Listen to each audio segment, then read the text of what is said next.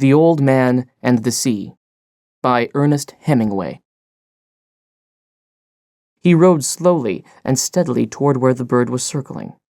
He did not hurry, and he kept his lines straight up and down, but he crowded the current a little so that he was still fishing correctly, though faster than he would have fished if he was not trying to use the bird. The bird went higher in the air and circled again, his wings motionless. Then he dove suddenly, and the old man saw flying fish spurt out of the water and sail desperately over the surface. "Dolphin," the old man said aloud. "Big dolphin." He shipped his oars and brought a small line from under the bow. It had a wire leader and a medium-sized hook, and he baited it with one of the sardines. He let it go over the side, and then made it fast to a ring bolt in the stem. Then he baited another line and left it coiled in the shade of the bow. He went back to rowing and to watching the long-winged black bird, who was working now, low over the water. As he watched, the bird dipped again, slanting his wings for the dive and then swinging them wildly and ineffectually as he followed the flying fish. The old man could see the slight bulge in the water that the big dolphin raised as they followed the escaping fish. The dolphin were cutting through the water below the flight of the fish, and would be in the water, driving at speed when the fish dropped. "It is a big school of dolphin," he thought. "They are widespread, and the flying fish have little chance. The bird has no chance.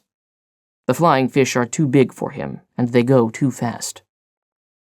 He watched the flying fish burst out again and again, and the ineffectual movements of the bird. "That school has gotten away from me," he thought. "They are moving out too fast and too far. But perhaps I will pick up a stray, and perhaps my big fish is around them. My big fish must be somewhere." The clouds over the land now rose like mountains, and the coast was only a long green line with the gray-blue hills behind it. The water was dark blue now, so dark that it was almost purple.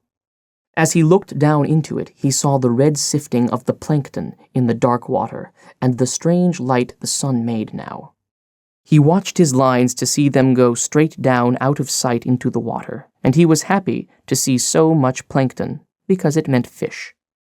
The strange light the sun made in the water, now that the sun was higher, meant good weather, and so did the shape of the clouds over the land.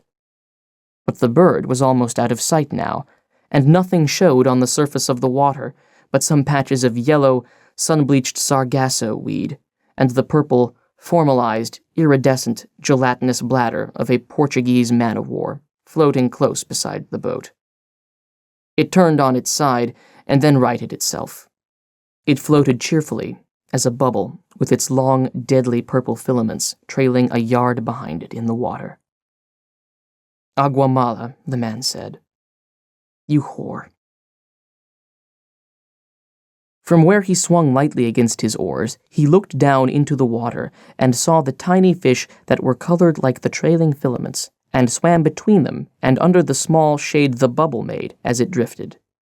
They were immune to its poison, but men were not, and when some of the filaments would catch on a line and rest there, slimy and purple, while the old man was working a fish, he would have welts and sores on his arms and hands of the sort that poison ivy or poison oak can give.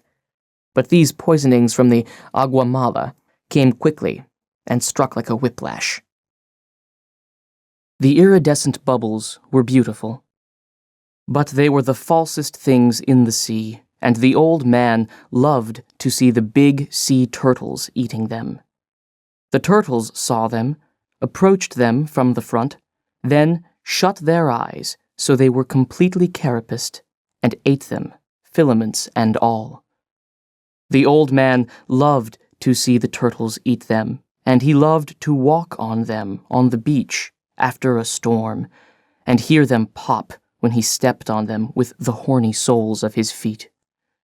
He loved green turtles and hawksbills with their elegance and speed and their great value, and he had a friendly contempt for the huge, stupid loggerheads, yellow in their armor plating, strange in their love-making, and happily eating the Portuguese men of war with their eyes shut. He had no mysticism about turtles, although he had gone in turtle boats for many years. He was sorry for them all, even the great trunk-backs that were as long as the skiff and weighed a ton. Most people are heartless about turtles, because a turtle's heart will beat for hours after he has been cut up and butchered. But, the old man thought, I have such a heart too, and my feet and hands are like theirs. He ate the white eggs to give himself strength. He ate them all through May to be strong in September and October for the truly big fish. He also drank a cup of shark liver oil each day from the big drum in the shack where many of the fishermen kept their gear. It was there for all fishermen who wanted it. Most fishermen hated the taste, but it was no worse than getting up at the hours that they rose, and it was very good against all colds and grips, and it was good for the eyes. Now the old man looked up and saw that the bird was circling again. He's found fish, he said aloud. No flying fish broke the surface, and there was no scattering of bait fish. But, as the old man watched, a small tuna rose in the air, turned, and dropped head first into the water. The tuna shone silver in the sun, and after he had dropped back into the water, another and another rose, and they were jumping in all directions, churning the water and leaping in long jumps after the bait. They were circling it and driving it. If they don't travel too fast, I will get into them, the old man thought, and he watched the school working the water white, and the bird now dropping and dipping into the bait fish that were forced to the surface in their panic.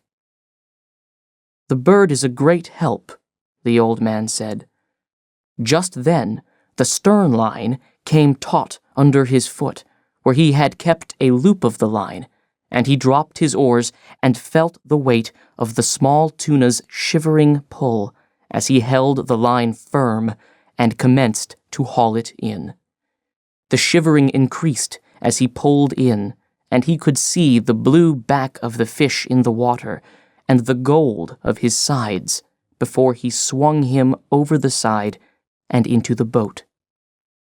He lay in the stern in the sun, compact and bullet-shaped, his big, unintelligent eyes staring as he thumped his life out against the planking of the boat with the quick, shivering strokes of his neat, fast-moving tail. The old man hit him on the head for kindness and kicked him, his body still shuddering under the shade of the stern. Albacore, he said aloud. He'll make a beautiful bait. He'll weigh 10 pounds. He did not remember when he had first started to talk aloud when he was by himself.